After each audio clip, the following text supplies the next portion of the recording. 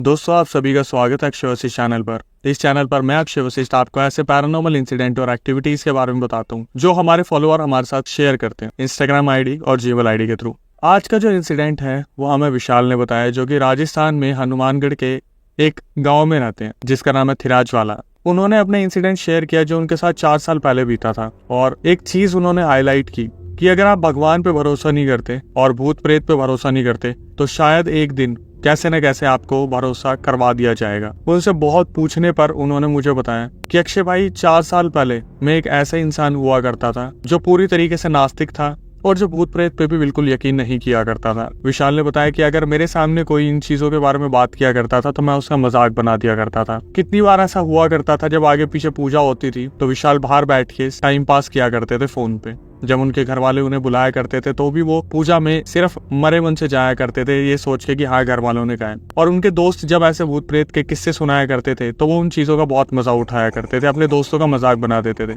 उन्होंने बताया 4 साल पहले भाई मेरी आंख खुल गई। मेरे पूछने पर उन्होंने बताया कि 4 साल पहले मेरे दोस्त एक रात को भूत प्रेत की बातें कर रहे थे जब मैं उनके साथ बैठा हुआ था, और जब उन्होंने अपने किस्से सुनाए तो मैंने उनका मजाक बना दिया। तो उन्हीं में से एक दोस्त ने बोला कि चल ठीक है, हम तेरे को एक चैलेंज देते हैं। अभी 2 से 3 दिन बाद अमावस्या की रात आने वाली है, जिस दिन भूत प्रेत की ताकतें सबसे ज्यादा होती है, बहुत काली रात होती है वो। हमारे यहाँ पे जो सबसे मनुष्य शमशान है तो उसमें जाएगा और तुझे वहां पर कम से कम रात के 2 से 3 बजे तक रुकना है। विशाल ने उनसे पूछा कि इसमें मेरा क्या फायदा होगा, तो उन्होंने बोला कि हम तेरे को सब 500 रुपए मिला के देंगे तो तेरे 3000 रुपए बन जाएंगे। और विशाल ने इस चैलेंज को एक्सेप्ट कर लिया। कहते रहे दोस्तों कि कुछ पैसों के खातिर या कुछ खून के उबाल की वजह से करी गई आज की चीजें हमें बाद में बहुत दुख देती है। ये कोई ऐसी चीज नहीं थी जिसे दूसरों की गलती और अपनी सीख माना जाए। अगर हम कोई ऐसे चैलेंज एक्सेप्ट कर रहे हैं तो उसे हमें ही भुगतना पड़ता है। अक्सर लोग शमशान और ऐसी जगह से दूर रहना पसंद करते हैं, लेकिन बचपने में विशाल ने हाँ बोल दिया। विशाल ने बताया कि आज भी उनकी उम्र बहुत ज्यादा नहीं है, मे भी शायद वो 25-26 साल के होंगे। तो ये इंसिडेंट उनके साथ 21-22 साल में हुआ था। उन्होंने बताया कि अमावस्या की रात आई अक्षय भाई, एज पर द चैलेंज मैं उस लोकेशन पर पहुंच गया। रात के 11:30 हो रहे थे और वो अपने घर पे झूठ बोल के आए थे कि उनके दोस्त का जन्मदिन है और वो उन्हीं के घर पे रुकने वाले हैं। सब लोग अपने घर पे थे और ये एक लौता शमशान पहुंचा रात के 11:30 बजे। इन्होंने बताया अक्षय भाई, जब मैं शमशान में था तो मुझे इतना तो पता था कि मेरे को 3 घंटे वहां पर निकालने पड़ेंगे, इसीलिए मैं अपना फोन फुल चार्ज करके गया था और मेरे पास मेरी ईयरफोन थी जो लीड थी, हेडसेट था, मैंने उसे अपने कानों में लगाया और गाने सुनने शुरू कर दिए। उन्होंने बताया कि आधा पौना घंटा तो वहां शमशान में बैठे रहे जहां पर उनका बिल्कुल भी टाइम पास नहीं हो रहा था, एक लिमिट तक गाने वो सुन रहे थे। फिर उन्होंने बोला कि अक्षय भाई, मैंने धीरे धीरे वहां पर टहलना शुरू कर दिया, इधर से उधर उधर से इधर वो शमशान में टहलने लगे। तो वो गानों में इतने ज्यादा मगन हो गए कि उन्होंने ये नहीं देखा कि सामने गया और वो अचानक से किसी चीज से टकराए और वो उसके ऊपर गिर गए। बाद में विशाल ने बताया कि अक्षय भाई, एक्चुअली वहां 2 से 3 दिन पहले कोई चिता जली थी और मैं उसी चीज के ऊपर गिर गया था। हालांकि अंधेरी रात थी, बहुत घना अंधेरा था, तो इन चीजों पर विशाल ने ध्यान नहीं दिया और धीरे धीरे वो इधर उधर घूमते घूमते अपना टाइम पास करने लगे। कैसे न कैसे रात के 2:30 बज गए और वो अपने घर पर वापस आ गए। उन्होंने घर पे इस इंसिडेंट के बारे में किसी को कुछ भी नहीं बताया।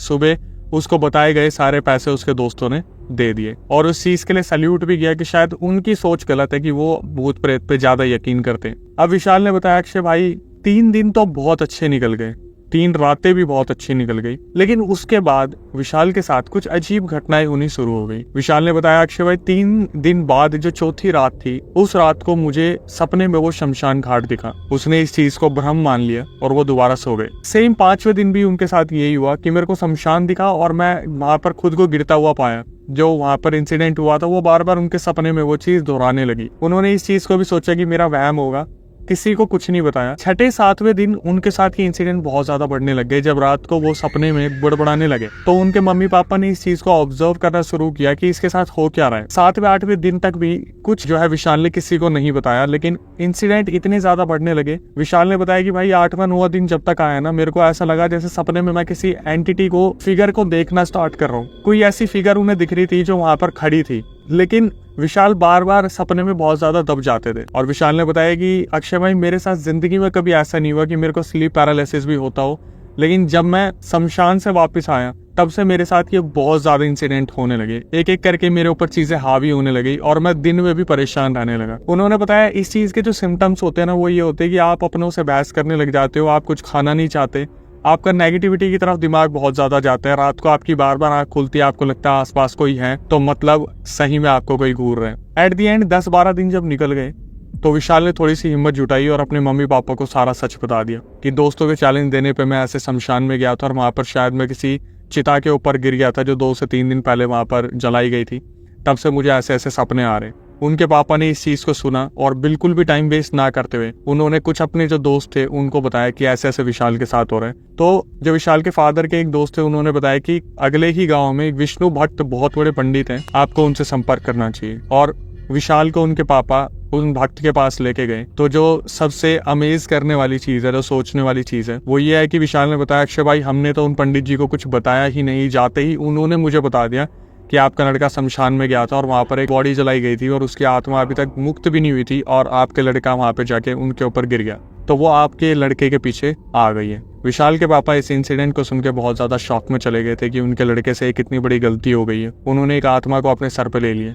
अब जब सॉल्यूशन की बात हुई तो उन्होंने बोला कि एक काम कीजिए, विशाल को सुबह सुबह मंदिर भेजिए और शाम को ये यहाँ से जाएगा। विशाल ने मुझे बताया कि अक्षय भाई मैं डेली कम से कम 10 दिन तक मंदिर गया, वहां पर मैं पूजा देखता था, जो वहां पर होता था वो सब देखा करता था। 10 दिन बाद पंडित जी ने मुझे बोल दिया कि अब तुम सारी चीजों से मुक्त हो गए हो, तो अब तुम घर जा सकते हो। वैसे तो मैं शाम को घर आया करता था मंदिर से, लेकिन 10 दिन बाद मैं मुक्त हो चुका था, तो अब अपने घर पे रह सकता था और फिलहाल मैं इन सब चीज़ों से मुक्त हो चुका हूँ। अब मुझे ऐसे बुरे सपने नहीं आते। लेकिन वो आप लोगों तक एक मैसेज पहुंचाना चाहते थे कि कभी भी ऐसी गलती ना करे, किसी के बोलने पे शमशान या कभी कोई ऐसी मनुष्य जगह ना जाए। जैसे आपके दोस्त आपको बोल देते किसी अबैंडन्ड हाउस में चले जाइए, हॉन्टेड लोकेशन पे चले जाओ, तो उन्होंने हाथ जोड़ के विनती की कि कभी ऐसा मत करना। दूसरा जो उन्होंने मैसेज पहुंचाने को बोला है कि कभी भी भगवान पे से भरोसा ना उठाएं। कोई आपको कुछ भी बोले आपके भगवान के लिए, आपके रिलीजन के लिए, आपके कास्ट के लिए, कुछ भी, अपने भगवान पे से कभी भरोसा ना उठाएं, क्योंकि यही एक चीज है जो इन चीजों से आपको मुक्त कर सकती है। विशाल ने इस चीज को बड़े भाव से कहा कि वो हमारी वीडियोस को देखते हैं, शेयर करते हैं और वो चाहेंगे कि आप उनकी वीडियोस को देखें। और उन्होंने चाहा है अगर आप इस वीडियो को देख रहे हैं जो विशाल ने अपना एक्सपीरियंस बताया है, तो आप उन लोगों तक इस वीडियो को जरूर शेयर कीजिए जो बिल्कुल भी भूत प्रेत पे यकीन नहीं करते, ताकि उन्हें भी थोड़ी सी समझ मिले कि ये चीज़ें होती हैं या नहीं। दोस्तों हमने रिसेंटली इंस्टाग्राम पे अपना व्हाट्सअप नंबर अपडेट किया है और जीमेल आईडी यूट्यूब हमने ऑलरेडी अपडेट कर रखी है। तो अगर आपके साथ भी ऐसा कोई पैरानॉर्मल इंसिडेंट होता है तो आप उस व्हाट्सअप नंबर पे अपनी स्टोरी रिकॉर्ड करके भेज सकते हैं, नहीं तो कॉल कर सकते हैं। जब मुझे टाइम मिलेगा मैं फ्री होकर उस नंबर पर कॉल करूंगा और आपको कनेक्ट करूंगा, आपका पूरा इंसिडेंट सुनूंगा और अपनी आवाज़ में उसे रिप्रेजेंट करूंगा। ध्यान रखिए, तब तक के लिए stay tuned with the channel.